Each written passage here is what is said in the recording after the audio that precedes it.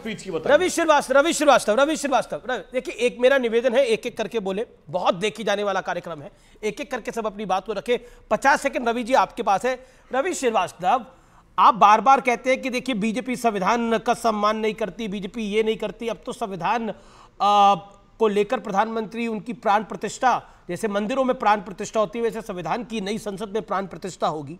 सवाल बड़ा मूलभूत है, आप भारत की संस्कृति पर सवाल उठाते हैं, नरेंद्र मोदी उसी संस्कृति को आधार बनाते हैं।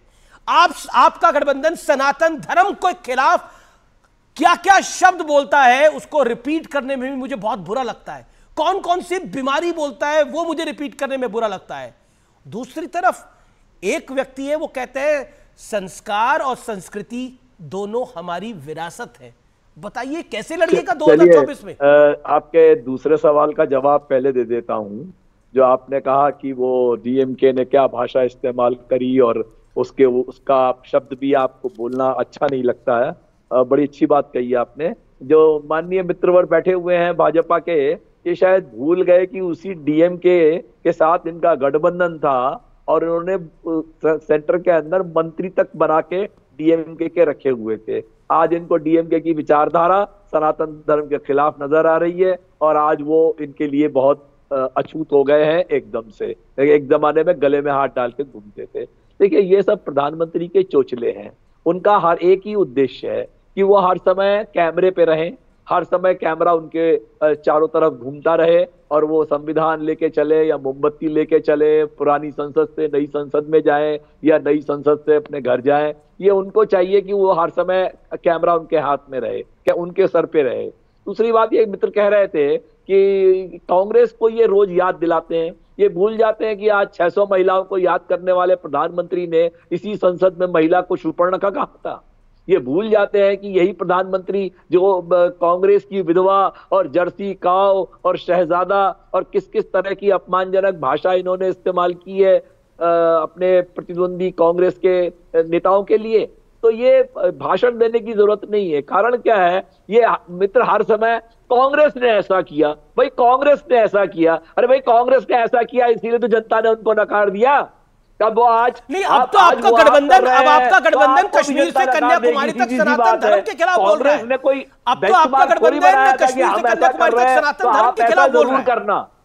ओके, सुधांशु त्रिवेदी,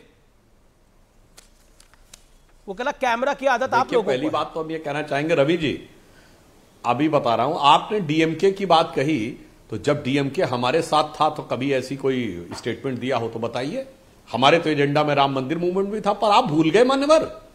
इस देश में गुजराल जी की सरकार किस मुद्दे पे गिरी थी कि अरे सुनिए तो मान्यवर, अरे सुनिए भैया, मैं आपको मैं डिस्टर्ब नहीं कर रहा था, अपने टर्न पे बोलिए। अनफेयर है रवि जी, अपने टर्न पे बोलिए, फिर आप ही डिस्टर्ब कर रहे हैं, बाकी कोई नहीं बोल रहा दूसरे के में। अब मेरी बात पूरी सुनिए जनाब, गुजराल जी की सरकार किस मुद्दे पे गिरी थी कि जैन कमीशन की रिपोर्ट आई थी जिसने कहा था कि एलटीटी के जिन उग्रवादियों ने राजीव गांधी जी की हत्या की उनके डीएमके के नेताओं से संबंध है।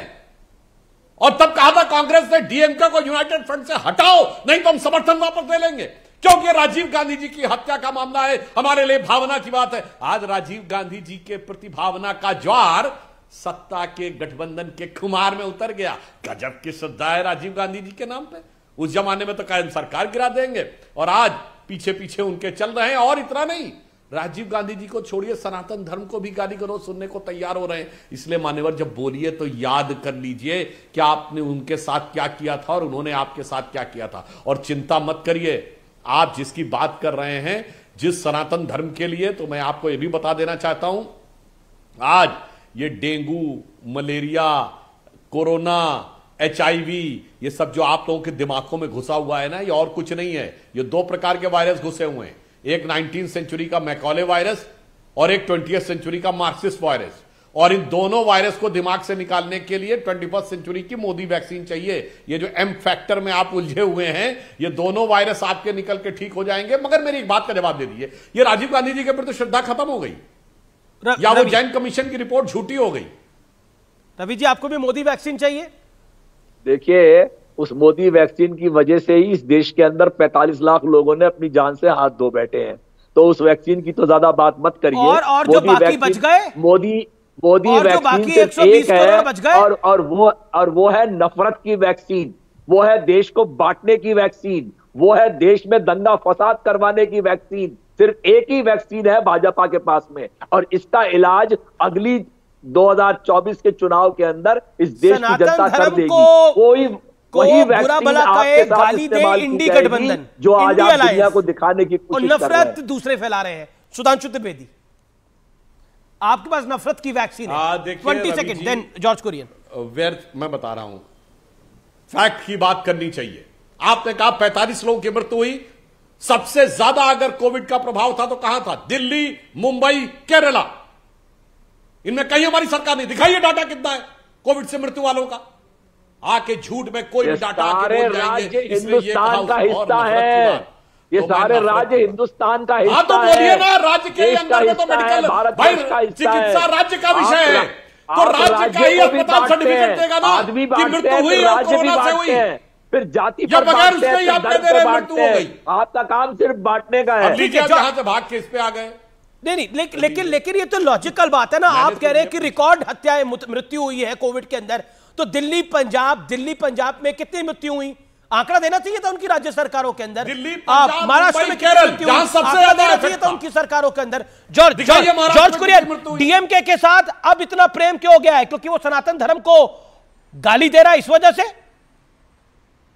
एक्स्ट्रा लव दिखाई दे रहा है डीएमके के साथ अमित जी पूरे अलायंस का। देखिए अमित जी, जहां तक डीएमके का सवाल है, तमिलनाडु के मुख्यमंत्री एमके स्टालिन ने बहुत साफ कर दिया है, उनके सारे मंत्री को साफ बता दिया है कि मीडिया से इस मामले में बिल्कुल भी बयान ना दे, और इस पे एक फुल स्टॉप आ चुका है। जहां तक ये बयान का सवाल है सनातन धर्म को लेकर, मैं घोर शब्दों में इसका निंदा करता हूं।